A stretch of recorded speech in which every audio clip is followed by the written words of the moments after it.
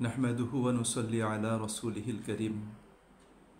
সম্মানিত মুমিন মুসলিম ভাই ও বোনেরা, রাসূলুল্লাহ সাল্লাল্লাহু আলাইহি ওয়াসাল্লাম বলেছেন, আল মুমিনুল কবিয়্যু খায়রুন ওয়া আহাব্বু ইলাল্লাহি মিনাল মুমিনিদ দাঈফ।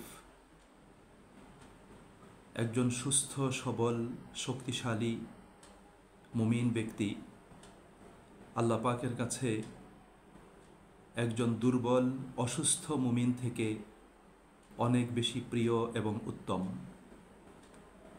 রাসূলুল্লাহ সাল্লাল্লাহু আলাইহি ওয়াসাল্লাম বলেছেন, নি'মাতানে মাগবুন ফীহিমা কাসীরুম মিনান নাস, আস-সিহহাতু ওয়াল ফারাক। দুটো নিয়ামত এমন আছে যেই দুটো নিয়ামতকে যথাযথ রূপে মূল্যায়ন না করার কারণে, গুরুত্ব না দেওয়ার কারণে অনেক মানুষই প্রতারিত হয়। আর সেই দুটো নিয়ামত হলো মানুষের সুস্থতা, সুস্থ জীবন এবং মানুষের অবসর সময়।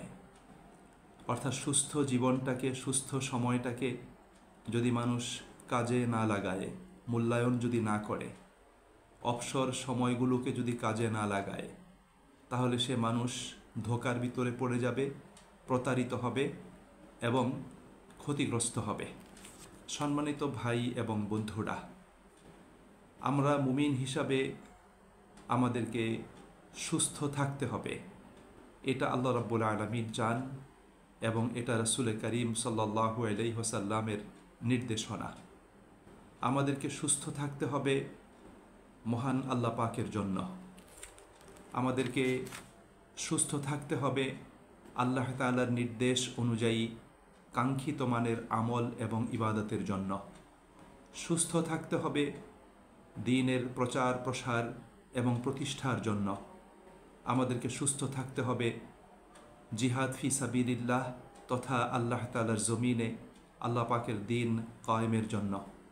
আমাদেরকে সুস্থ থাকতে হবে আমাদের ব্যক্তিগত জীবন, পারিবারিক জীবন, সমাজ, রাষ্ট্র এবং উম্মার প্রতি সঠিক দায়িত্ব পালনের জন্য। সমাজ থেকে অন্যায়, অনাচার, জুলুম, অত্যাচার, অপসংস্কৃতি নির্মূল করার জন্য। আমাদেরকে সুস্থ থাকতে হবে আল্লাহ রাব্বুল আলামিনের সন্তুষ্টি লাভের জন্য।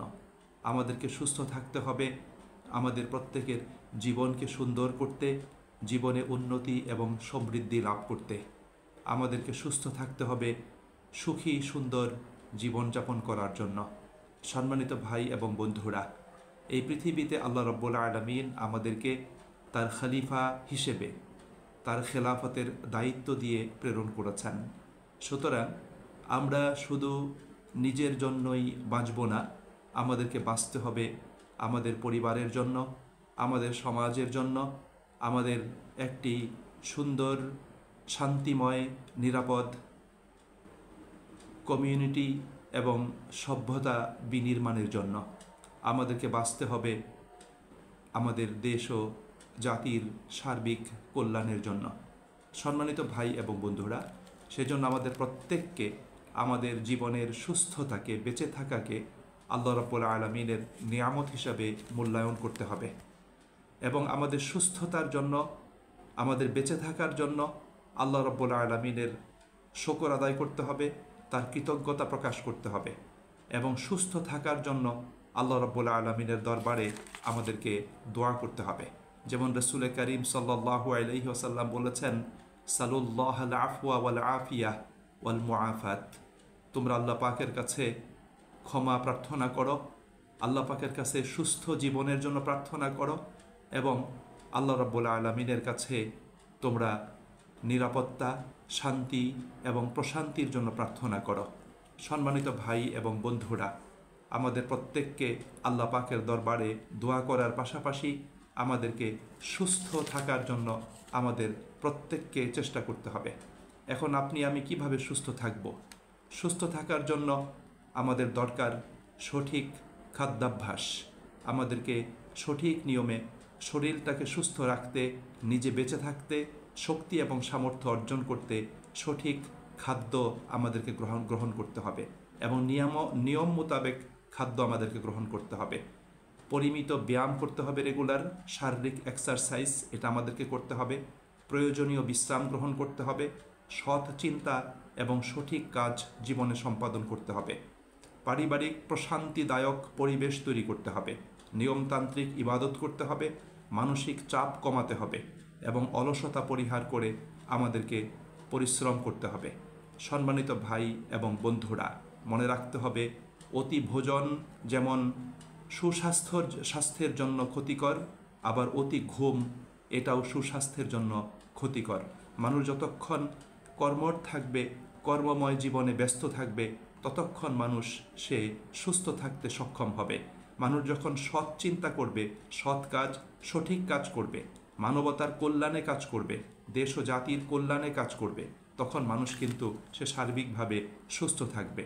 সম্মানিত ভাই এবং বোনেরা, আমাদের মনে রাখতে হবে যে রাসূল করিম সাল্লাল্লাহু আলাইহি ওয়াসাল্লাম আমাদের জীবনকে কেন্দ্র করে, আমাদের বেঁচে থাকাকে কেন্দ্র করে, আমাদের সুস্থ থাকাকে কেন্দ্র করে আল্লাহ নবী সাল্লাল্লাহু আলাইহি ওয়াসাল্লাম আমাদেরকে খুবই গুরুত্বপূর্ণ নির্দেশনা প্রদান করেছেন। যেমন আল্লাহ রাসূল সাল্লাল্লাহু আলাইহি ওয়াসাল্লাম 3 জন সাহাবীকে বলেছিলেন যে এই 3 জন সাহাবী ইবাদতের ক্ষেত্রে নিজেদের উপরে একটু বাড়াবাড়ি এবং সীমা অতিক্রম করার সিদ্ধান্ত নিয়েছিলেন। তাদের একজন সিদ্ধান্ত নিয়েছিলেন জীবনে কখনোই তিনি ঘুমোবেন না, সারা রাত ইবাদত করবেন। আরেকজন সিদ্ধান্ত নিয়েছিলেন তিনি যতদিন বেঁচে থাকবেন ততদিন তিনি রোজা পালন করবেন, রোজা ছাড়া তিনি কোনো দিন থাকবেন না। আরেকজন সিদ্ধান্ত নিয়েছিলেন তিনি বিয়ে শাদী না করে, সংসার না করে তিনি বৈরাগ্য জীবন যাপন করবেন। আল্লাহ নবী সাল্লাল্লাহু আলাইহি ওয়াসাল্লাম তাদেরকে এই ব্যাপারে বিরত রেখেছেন। তিনি বলেছেন, দেখো আমি ঘুমাই এবং রাত জেগে ইবাদত করি, আমি রোজা থাকি আবার রোজা ছাড়াও থাকি, আমি বিয়ে করেছি, আমার স্ত্রী সন্তান সন্ততি আছে, আমার যে জীবন দেখতে পাচ্ছ এই জীবনটাই হলো আমার জীবন আদর্শ, আমার সুন্নাহ। সুতরাং আমার সুন্নাহ থেকে যদি বের হয়ে যাও তাহলে তুমি আমার দল থেকেও বের হয়ে যাবে। নবী করিম সাল্লাল্লাহু আলাইহি ওয়াসাল্লাম তিনি আব্দুল্লাহ ইবনে আমর রাদিয়াল্লাহু আনহুকে ইবাদতের ক্ষেত্রে তিনি সীমা অতিক্রম করতে এবং বাড়াবাড়ি না করতে নির্দেশনা প্রদান করেছিলেন। আল্লাহ নবী সাল্লাল্লাহু আলাইহি ওয়াসাল্লাম বলেছেন, তোমার প্রতি তোমার জীবনের হক রয়েছে, তোমার স্ত্রী সন্তানের হক রয়েছে, পরিবারের হক রয়েছে, সুতরাং প্রত্যেক হকদারকে তাদের হকগুলো সঠিক রূপে প্রদান করো। যদি বাড়াবাড়ি সীমা অতিক্রম করো তাহলে তুমি পরবর্তীতে সেটা পালন করতে পারবে না, তুমি অসুস্থ হয়ে যাবে। সম্মানিত ভাই এবং বন্ধুরা, আমাদের মনে রাখতে হবে আমাদের জীবনের সুস্থতা এত গুরুত্বপূর্ণ, যার কারণে আল্লাহ নবী সাল্লাল্লাহু আলাইহি ওয়াসাল্লাম বলেছেন, তোমার জীবনে 5টি জিনিস সংঘটিত হওয়ার পূর্বে 5টি জিনিসকে মূল্যায়ন করো। তন্মধ্যে রয়েছে তুমি অসুস্থ হয়ে যাওয়ার পূর্বে তোমার সুস্থ জীবনকে মূল্যায়ন করো। সুস্থ জীবনটা তোমার জন্য আল্লাহ পাকের পক্ষ থেকে গুরুত্বপূর্ণ নিয়ামত। এজন্যই মানুষ বলে থাকে স্বাস্থ্যই সকল সুখের মূল।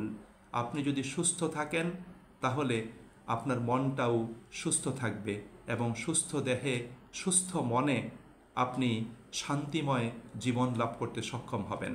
সুপ্রিয় ভাই এবং বন্ধুরা, আমাদের মনে রাখতে হবে আমার দেহ যদি সুস্থ থাকে মন সুস্থ থাকবে, এবং মনও যদি সুস্থ থাকে তখন আমি প্রশান্তিময় একটা জীবন লাভ করতে সক্ষম হব, এবং যতক্ষণ আমি সুস্থ থাকব ততক্ষণ কাঙ্ক্ষিত মানের ইবাদত করতে পারবো। মানুষ অসুস্থ হয়ে গেলে তখন কিন্তু কাঙ্ক্ষিত মানের ইবাদত মানুষ তখন আর সম্পাদন করতে পারে না। এই জন্য সুপ্রিয় ভাই এবং বন্ধুরা, আমরা তো আল্লাহ রাব্বুল আলামিন পৃথিবীতে পাঠিয়েছেন, আমাদের বেঁচে থাকতে হবে আল্লাহর জন্য, আমাদের পৃথিবী থেকে চলেও যেতে হবে আল্লাহ পাকের জন্য। আমাদের জীবনের সকল কর্ম, সকল তৎপরতা সেটা হবে আল্লাহ পাকের জন্য। আমাদের ত্যাগ, তিতিক্ষা, কুরবানি সব কিছুই হবে মহান আল্লাহ পাকের জন্য। আল্লাহ রাব্বুল আলামিন কোরআনুল কারীমে রাসূল করিম সাল্লাল্লাহু আলাইহি ওয়াসাল্লামকে নির্দেশ প্রদান করেছেন। তিনি বলেছেন, কুল ইন্না সলাতি ওয়া নুসুকি ওয়া মাহইয়াই ওয়া মামাতি লিল্লাহি রাব্বিল আলামিন। হে নবী, আপনি বলুন, আমার সলাত তথা আমার সকল ইবাদাহ, আমার কুরবানি, আমার ত্যাগ এবং আমার বেঁচে থাকা, আমার মৃত্যুবরণ করা সব কিছুই আল্লাহ পাকের জন্য, যিনি বিশ্বজগতের মহান রব। সুতরাং সুপ্রিয় ভাই এবং বন্ধুরা, মুমিন হিসাবে আপনাকে আমাকে বেঁচে থাকতে হবে আল্লাহ পাকের জন্য, মুমিন হিসাবে আপনাকে আমাকে সুস্থ থাকতে হবে আল্লাহ পাকের জন্য। এই জন্য শরীরের যত্ন নিতে হবে, মনের যত্ন নিতে হবে, নিজের চিন্তা চেতনা আদর্শের যত্ন নিতে হবে এবং সঠিক চিন্তা করে সঠিক আদর্শকে অবলম্বন করে আমাদেরকে আল্লাহ পাকের নির্দেশ অনুযায়ী, রাসূলের সুন্নাহ অনুযায়ী সুশৃঙ্খল নিয়মতান্ত্রিক সুন্দর একটি পরিমার্জিত পরিশীলিত একটি আদর্শ জীবনযাপন আমাদের প্রত্যেককে করতে হবে। আল্লাহ আমাদের সকলকে তৌফিক দান করুন। আল্লাহ আমাদেরকে সুস্থ রেখে, আল্লাহ আমাদেরকে নেক হায়াত দারাজ করে তার ইবাদতের মাধ্যমে জীবনকে ভরপুর করার, জীবনকে সমৃদ্ধ করার, জীবনকে আলোকিত করার, জীবনকে সুন্দরভাবে ঢেলে সাজানোর আমাদেরকে তৌফিক দান করুন। আল্লাহ তুমি আমাদেরকে সাহায্য দান করো, আল্লাহ তুমি আমাদেরকে কবুল করো। আসসালামু আলাইকুম ওয়া রাহমাতুল্লাহি ওয়া বারাকাতুহু।